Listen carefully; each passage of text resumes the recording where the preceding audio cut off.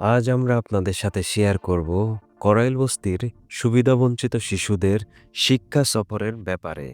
এই দিনটা এই শিশুদের জন্য ছিল একটু আলাদা। একই রাস্তায় প্রতিদিন কাজ আর সংগ্রামের গল্প, কিন্তু আজ এই বাসের জানালা দিয়ে তারা দেখছিল স্বপ্ন, হাসি, কৌতূহল আর নতুন কিছু জানার উত্তেজনায় শুরু হলো আমাদের স্টাডি ট্যুর।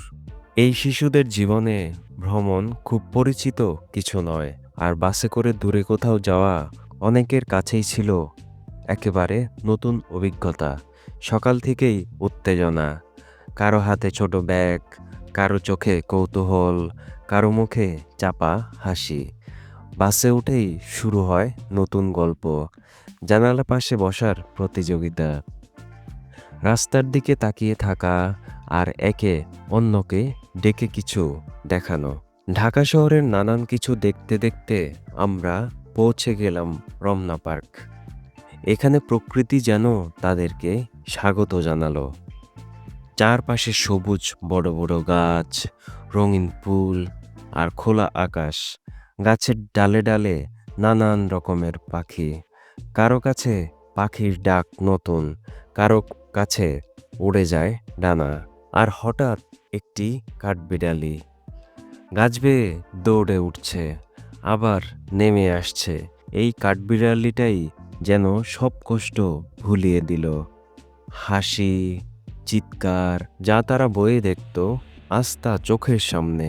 প্রকৃতির মাঝে কিছু সময় যেখানে দুশ্চিন্তার কোনো জায়গা নেই, শুধু বিস্ময় আর আনন্দ। এখন আমরা যাচ্ছি রমনা পার্কের কিডস জোনে। কিডস জোনে তারা যেন আবার শক্তি ফিরে পেল। দৌড়, খেলাধুলা, হাসির শব্দে ভরে গেল চারপাশ। এই জায়গায় কেউ ক্লান্ত যাত্রী নয়, কেউ সুবিধাবঞ্চিত নয়। তারা শুধুই শিশু, যাদের অধিকার খেলাধুলা আর আনন্দের। এরপর রমনা পার্কের অন্যান্য স্থানগুলো ঘুরে আমরা চলে গেলাম জাতীয় জাদুঘর। জাতীয় জাদুঘর এমন একটি জায়গা যেখানে ঢুকলেই মনে হয় বাংলাদেশ যেন এক ছাদের নিচে এসে দাঁড়িয়েছে। এই শিশুদের অনেকেই আগে কখনো এমন জায়গায় আসেনি। তাদের কাছে এই জাদুঘর শুধু দেখার নয়, বাংলাদেশকে নতুন করে জানার একটি দরজা। জাতীয় জাদুঘরে ঢুকতেই আমাদের চোখে পড়ে একটি বিশাল ইলিশ মাছ। ইলিশ যেটা শুধু একটি মাছ নয়, এটা বাংলাদেশের ঐতিহ্য, স্বাদ আর আবেগের প্রতীক। এই ইলিশ যেন আমাদের মনে করিয়ে দেয় নদী আর মানুষ মিলেই বাংলাদেশ। এরপর আসে সমুদ্রের চিত্র, নীল জলরাশি, ঢেউয়ের গর্জন আর বিশাল জলরাশির রহস্য। এই সমুদ্র বাংলাদেশের প্রাকৃতিক সৌন্দর্যের এক অনন্য অংশ। এরপর শিশুদের চোখে পড়ে হাঙরের দৃশ্য, বিশাল আকার আর ভয় মেশানো কৌতূহল। এই দৃশ্য তাদের শেখায় জলের নিচেও আছে এক বিশাল জগৎ। এরপর আমরা দেখি শ্রীমঙ্গলের চা বাগানের দৃশ্য। সবুজ পাহাড়ের গায়ে গায়ে চায়ের বাগান, আর চা তোলার আর কাজে ব্যস্ত শ্রমজীবী মানুষ। এই দৃশ্য বলে দেয় এই দেশের মাটিতে শুধু ফসলই জন্মায় না, এখানে জন্মায় শ্রম আর পরিশ্রমের গল্প। এরপর দেখা যায় একজন কৃষক গরু দিয়ে হাল চাষ করছেন। এই দৃশ্যটি মনে করিয়ে দেয় এই দেশের মাটির সঙ্গে মানুষের সম্পর্ক কত গভীর। এরপর দেখা যায় গ্রাম, লোকালয়ের হাট বাজার। জেলে মাছ ধরছে, কামার কাজ করছে, ঢেকি দিয়ে ধান বানানো হচ্ছে। এই দৃশ্যগুলো বলে দেয় এই দেশের অর্থনীতি গড়ে উঠেছে মানুষের হাতের শ্রমে। এরপর আমরা দেখি পাহাড়ি জনজীবনের দৃশ্য। একজন পাহাড়ি মেয়ে ঝিরি থেকে কলসে করে পানি নিয়ে কোমরে কলসি ঝুলিয়ে ঝুলিয়ে হাঁটছে। পাশে ছনের ঘরে বসে আছে একজন পাহাড়ি পুরুষ, যিনি তামাক টানছে। এই দৃশ্যটি বলে দেয় বাংলাদেশ শুধু একরকম নয়, এখানে আছে নানান জীবন, নানান সংস্কৃতি। এরপর দেখা যায় নানান রকমের নৌকা, ছোট নৌকা, বড় নৌকা, পালতোলা নৌকা, নদীমাতৃক দেশে নৌকাই ছিল এবং আছে মানুষের জীবনের অংশ। এরপর দেখা যায় নদীর দৃশ্য। নদীর পাড়ে বৈদ্যুতিক পিলারের তারে বসে আছে কিছু পাখি।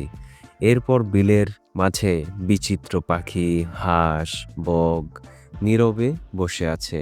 এরপর আরও নানান রকমের পাখি, আর বনের মাঝে বানরের দৃশ্য। এই পাখি আর প্রাণীগুলোই বাংলাদেশের বৈচিত্র্যের পরিচয়।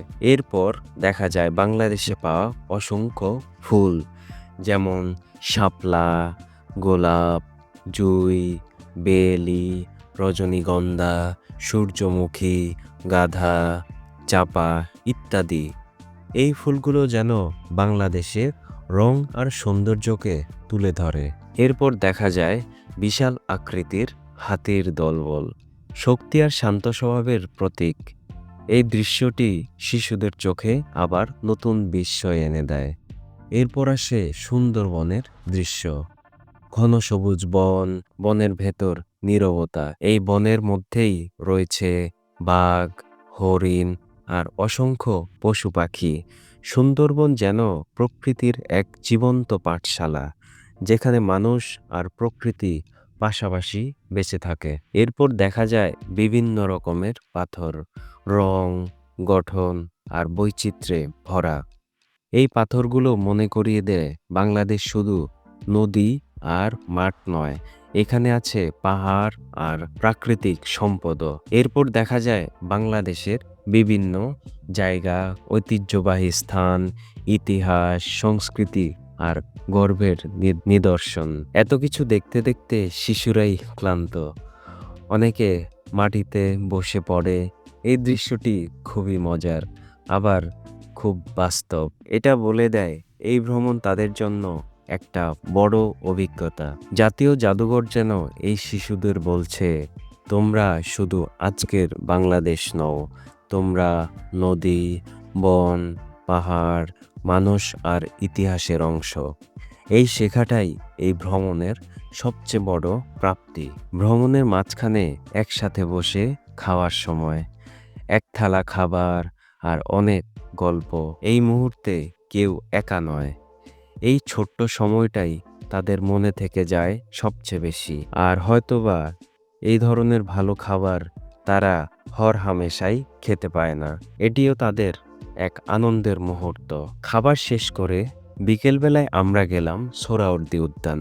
নরম আলো, হালকা বাতাস আর খেলার মাঠ। দিনের শেষ ভাগে এই জায়গা যেন তাদের মনটা হালকা করে দিল।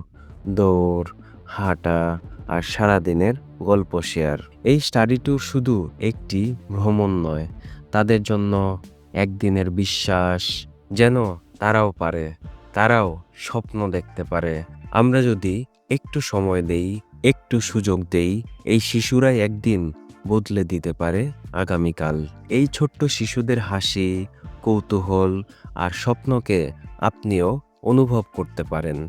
তাদের একটুখানি সাহায্য বা মনোযোগও অনেক বড় পরিবর্তন আনতে পারে। চ্যানেলটি সাবস্ক্রাইব করুন, ভিডিওটি শেয়ার করুন আর একসাথে তাদের জীবনে একটু আলো আনুন।